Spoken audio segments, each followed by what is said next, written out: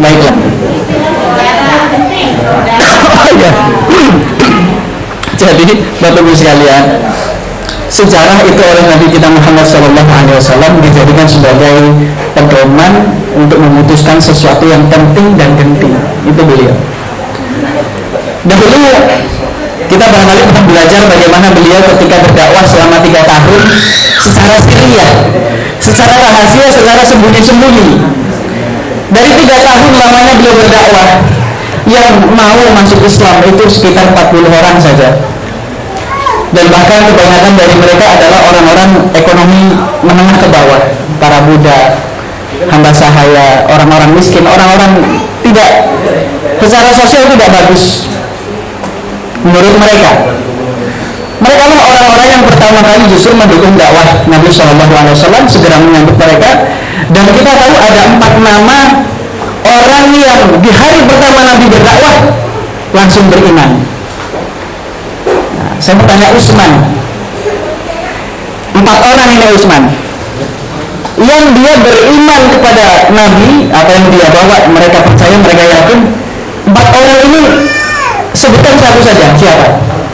Orang yang menerima Islam ketika di hari pertama Nabi berdakwah. Abu Bakar As-Siddiq.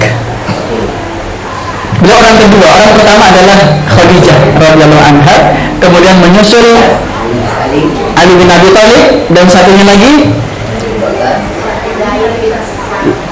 Zaid bin Harithah, anak angkat Nabi yang oleh Nabi pernah dinisbahkan kepada beliau. Jadi dulu sempat dipanggil Zaid bin Muhammad.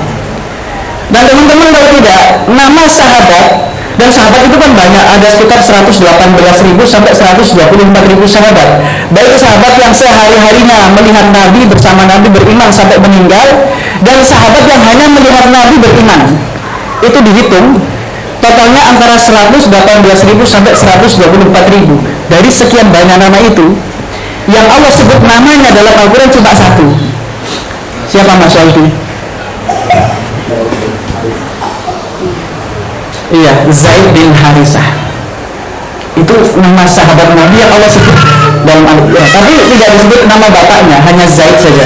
Jadi kisah tentang pernikahan beliau dengan Zainab binti Jahsh, yang nantinya kemudian Zainab bercerai dengan Zaid, lalu Zainab dinikahi oleh Nabi SAW. Itu jadi inspirasi. Ketika dia berdakwah selama 3 tahun, kemudian hasilnya kalau menurut kita, sayang Pak, 3 tahun cuma 40, ya kan? Kayaknya mengecewakan gitu kan? Tapi ternyata Pak, begitu Allah Subhanahu wa Ta'ala turunkan ayat fasda' bima tu'mar wa'arid 'anil musyrikin, wahai Nabi, tampakkanlah apa yang sudah aku ajarkan kepadamu. Agama ini tampakkan, sebarkan secara luas, secara terbuka, jangan rahasia-rahasiaan lagi. Dan berpalinglah dari orang-orang musyrik. Dia tampakkan Pak, kumpulkan keluarga besarnya dari Bani Hashim, kumpulkan orang-orang yang selama ini sudah percaya sama beliau. Bahwasanya kata beliau, wahai orang-orang Quraisy, menurut kalian kedudukan aku di tengah-tengah kalian bagaimana? Kata mereka, engkau adalah orang yang kami percayai, orang yang tidak pernah berbohong, orang yang tidak pernah berdusta dan sebagainya. Kalau begitu sekarang aku katakan, seandainya di balik bukit ini ada sekawanan pasukan berkuda yang ingin menyerang kalian, apakah kalian percaya? Mereka mengatakan, saya percaya, kami percaya, kami yakin, karena engkau tidak pernah aku jumpai berdusta. Kalau begitu, dengarkan wahai orang-orang Quraisy, bahwasanya aku adalah utusan Allah, berimanlah kalian kepada Allah. Nah, mendengar kalimat itu Pak, itu Mekah, langit Mekah seperti itu Pak. Kenapa? Karena selama ini yang mereka sembah itu begitu banyak Tuhan, macam-macam. Ada yang dari kayu, dari batu, bahkan kalau yang ekonominya baik itu mereka membuat berhala dari lapisan emas, dikasih minyak wangi. Kemudian ada juga dari perak. Dan yang paling melarat, paling tidak punya, itu mereka tetap buat berhala, tapi dari adonan tepung. Nah ini kisahnya. Ketika mereka menyembah kemudian pergi ke dapur tidak ada makanan, Tuhannya diambil. entah digoreng, entah di oven, saya tidak tahu, tapi dimakan sama dia. Itu disebut jahiliyah itu begitu teman-teman. Itu berhala dagang tuh. Nah itu teman-teman, begitu beliau diperintahkan oleh Allah untuk berbicara surga buka, maka yang muncul apa? Penolakan. Nabi dibully habis-habisan. Dua anaknya, Ruqayyah dan Zainab, itu kan nikah dengan anaknya Abu Lahab. Anaknya Abu Lahab namanya Utbah dan Utaibah. Nikah sama Zainab, nikah sama Ruqayyah. Karena Abu Lahab ini paman kandung beliau dan beliau sangat marah dengan apa yang dibawa oleh Nabi.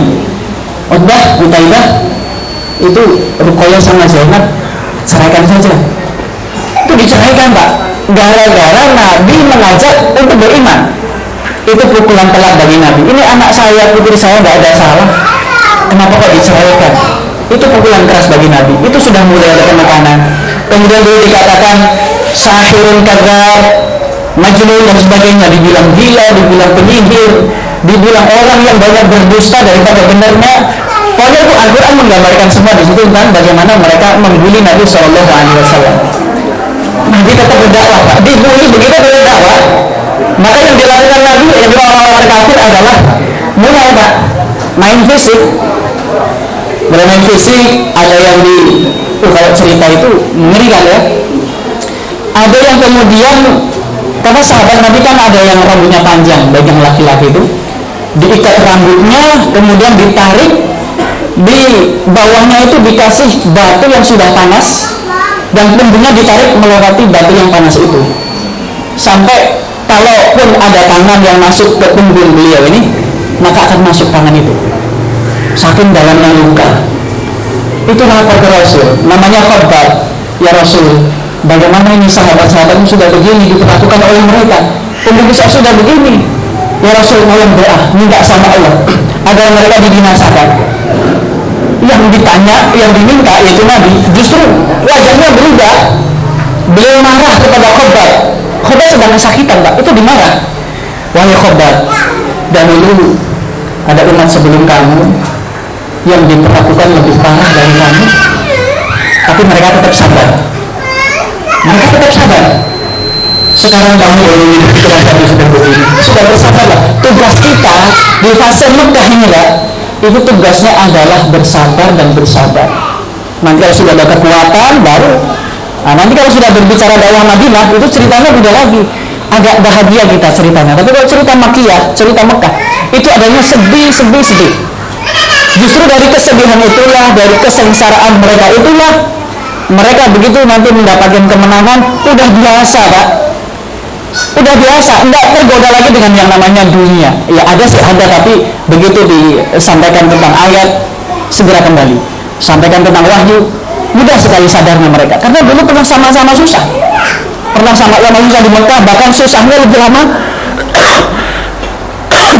lama daripada senangnya.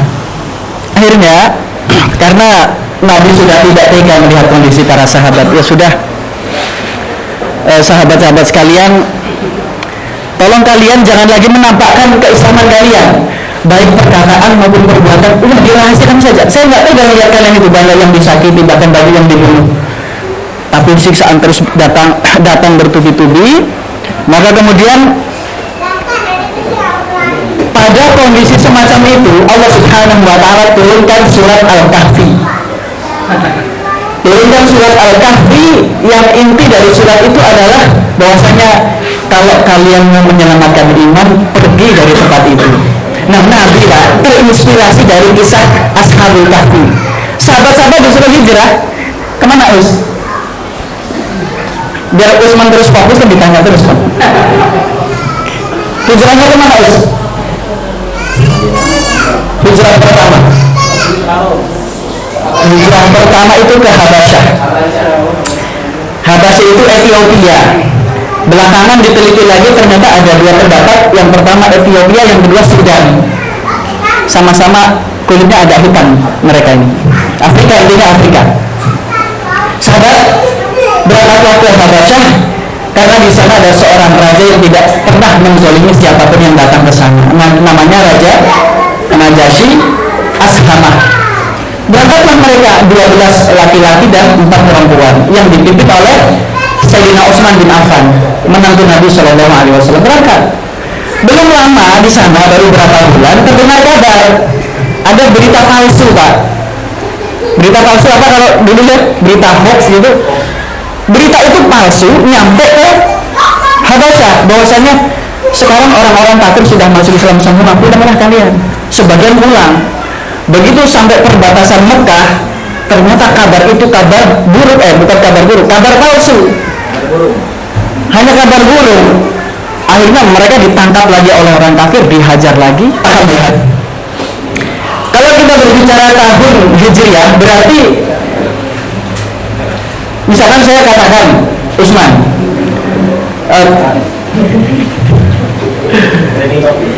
tahun 7 Hijriah, maksudnya itu apa?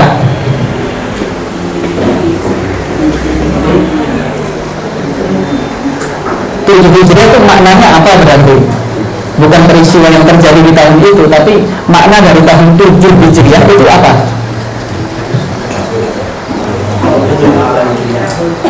Berarti Nabi Shallallahu Alaihi Wasallam menetap di Madinah 7 tahun. 7 tahun setelah beliau hijrah. Kalau kita bicara tahun kenabian, maksudnya apa? Ref? Kalau bicara tahun 7 kenabian, berarti maksudnya apa?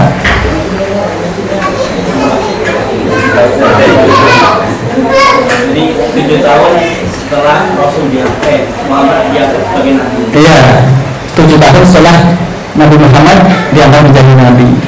Nah ini di tahun 8 Hijriah, Nabi sudah melalui berbagai macam pertempuran dan sebagainya. Tahun 8 beliau kemudian ada rencana ingin membuka kota Mekah, Pak. Kota Mekah ingin dibuka, diislamkan. Itu Islam bahasanya bukan penaklukan, bukan penjajahan, bukan juga penjarahan, bukan. Kalau kita, syariat kita atau tradisi kita di Muslim itu, kalau kita bukan menjajah, tapi membuka. Yang tadinya tidak tahu Iqra, dibuka. Talang aman, yang tadinya nggak tahu ngaji, difatah oleh beliau ini. Dibuka jadi ada pengajian. Itu bukan dijajah, tapi dibuka. Itu namanya fatah. Nah, Nabi di tahun 8 itu merahasiakan betul tentang keberangkatan pasukan yang jumlahnya 10.000 menuju Mekah. Bahkan Aisyah, istri beliau yang setiap hari bersama beliau, itu tidak diberitahu, Pak. Abu Bakar bertanya, Aisyah, kamu siapkan segalanya ini untuk apa? Saya nggak tahu, wahai ayah. Rasulullah hanya mengatakan supaya saya menyiapkan semua ini. Abu Bakar nggak dikasih tahu, semuanya nggak dikasih tahu. Ternyata tujuannya supaya tidak ada kebocoran rahasia. Tidak hanya itu yang beliau lakukan, berdoa sama Allah, ya Allah jadikanlah orang Mekah itu mereka tidak tahu, tidak menyadari kehadiran kami. Itu dikabulkan, Pak. Sudah mendekati Ka'bah baru mereka sadar, kok banyak sekali pasukan. 10.000 dari berbagai penjuru, ada Abu Ubaidah bin Jarrah, ada Khalid bin Walid yang belum lama masuk Islam memimpin pasukan. Itu turun serentak ke lembah Mekah itu, mereka tidak ada pilihan. Mereka hanya mengatakan, akhun karim, ibnu akhin karim, Muhammad, kamu ini kan orang yang baik, kamu juga putra dari orang yang baik, kamu juga masih saudara-saudara kami. Sebelum itu Nabi begini, Pak, berdiri di pintu Ka'bah.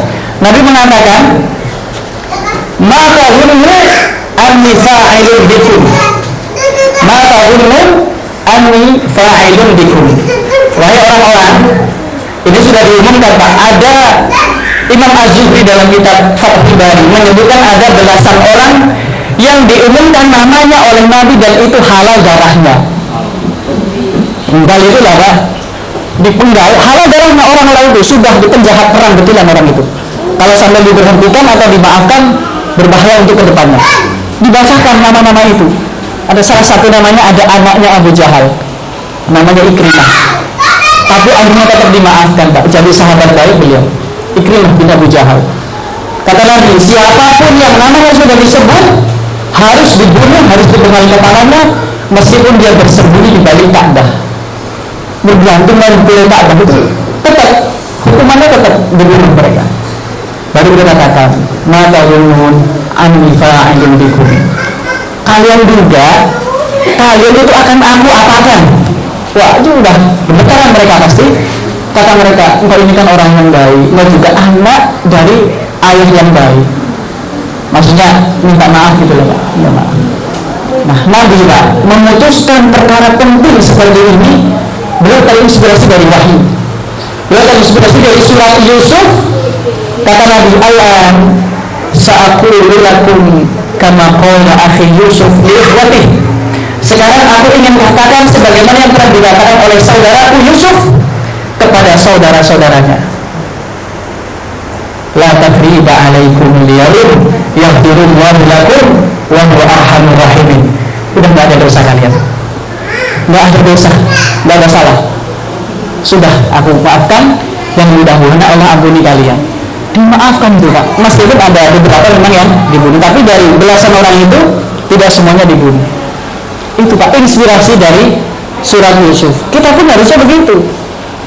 Nah, cuman keterbatasan ilmu kita sebagai pemateri dan keterbatasan kita sebagai yang datang, terkadang kita agak sulit untuk mengambil ilmu dari wahyu begitu kan. Makanya alhamdulillah sekali ada materi-materi, kata Pak Azwar tadi nanti tentang peranan wanita dan sebagainya, itu sangat penting. Nah, tapi saya minta untuk materi sirah nabawiyah memang kalau bisa berlanjut, karena kalau tidak berlanjut kita memahami Nabi sepotong-sepotong nantinya. Ada yang buat mengatakan, oh Nabi itu orangnya lembut. Oh, jangan dikira Pak, Nabi itu ya kalau melawan orang kafir yang memusuhi Nabi, yang menuduh Islam ya, bukan beliau, itu asyidda'u 'alal kuffar, keras beliau. Dan dia adalah orang yang paling dekat dengan musuh ketika berperang. Ini sahabat menyaksikan.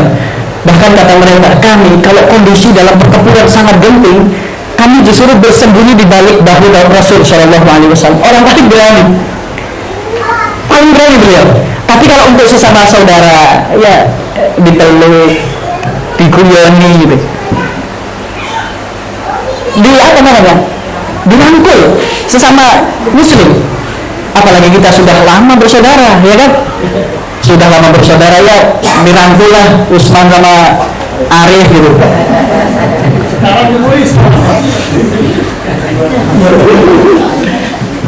Baiklah, barangkali itu yang bisa disampaikan pada kesempatan sore hari ini. Saya sengaja agak relax supaya saya juga tidak tegang gitu. Kedua, supaya teman-teman bisa menampakkan senyum terindahnya. Subhanakallahumma wa bihamdika asyhadu an la ilaha illa anta astaghfiruka wa atubu ilaik. Wassalamualaikum warahmatullahi wabarakatuh.